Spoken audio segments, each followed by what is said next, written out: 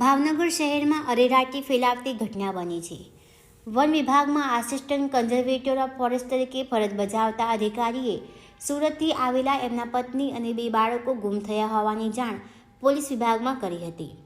જે બાદ ફોરેસ્ટ કોલોનીની બાજુમાં આવેલી અવાવરૂ જગ્યામાંથી દાટી દીધેલી હાલતમાં ત્રણેયના મૃતદેહ મળી આવ્યા હતા. આ જોઈને પોલીસ પણ ચોંકી ઉઠી હતી. જોકે પોલીસે ત્રણેય મૃતદેહનો કબજો લઈને પેનલ પીએમ માટે ખસેડવામાં આવ્યો છે. આ સાથે શંકાસ્પદ પતિને સુરતમાંથી ઝડપી લેવામાં આવ્યો છે. આ તપાસમાં પત્નીના ફોનમાંથી પતિને આવેલો મેસેજ તે કડીરૂપ સાબિત થઈ શકે છે.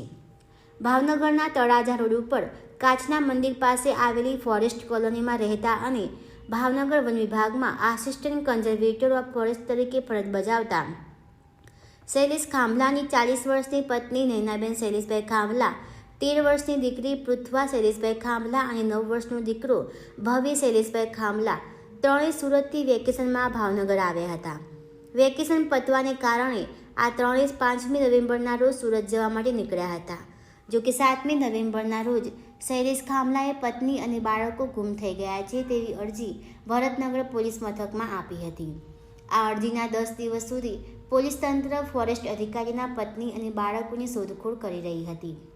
આ તપાસના 10 દિવસ બાદ પોલીસને બાતમી મળી હતી કે ફોરેસ્ટ કોલોનીમાં આવેલી અવાવરૂ જગ્યામાંથી આસપાસના વિસ્તારોમાં વાસ ફેલાઈ રહી છે. ત્યારબાદ પોલીસ તંત્ર એક્શન મોડમાં આવ્યું અને ડોગ સ્ક્વોડ સહિતનો પોલીસ કાફલો સ્થળ ઉપર પહોંચ્યો. અવાવરૂ જગ્યામાંથી સર્ચ કરીને જમીનમાં ખોદકામ શરૂ કર્યું. જમીન ખોદતાની સાથે એક પછી એક 3 મૃતદેહ મળી આવ્યા. આ મળેલા મૃતદેહ વન વિભાગમાં આસિસ્ટન્ટ કન્ઝર્વેટર ઓફ ફોરેસ્ટ અધિકારીના પત્ની અને બાળકોના હતા. પોલીસે ત્રણેય મૃતદેહને કબજે લઈને ભાવનગર સરટી હોસ્પિટલમાં પેનલ પીએમ માટે ખસેડીને આગળની તપાસ હાથ ધરી છે. ફોરેસ્ટ અધિકારીની પત્ની અને બાળકોની ગુમ થયાની અરજી આપ્યા બાદ ફોરેસ્ટ અધિકારી શૈલેષ ખાંભલા 3 દિવસ પહેલાં ભરતનગર પોલીસ મથકમાં અરજીની તપાસ ક્યાં સુધી પહોંચી અને પત્ની અને બાળકોની ભાળ મળી છે કે કેમ તે અંગેની પૂછપરછ કરવા માટે ગયા હતા.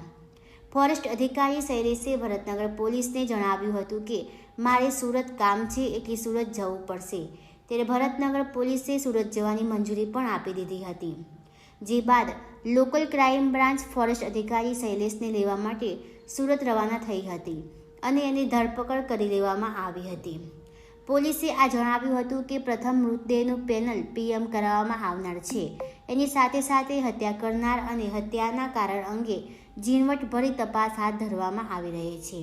તે ઉપરાંત વધુમાં તેમણે ઉમેર્યું હતું કે ફોરેસ્ટ અધિકારી હાલ શંકા હેઠળ છે, પરંતુ એની સાથે કોણ સંડોવાયેલું છે એની પણ તપાસ હાથ ધરવામાં આવી રહી છે.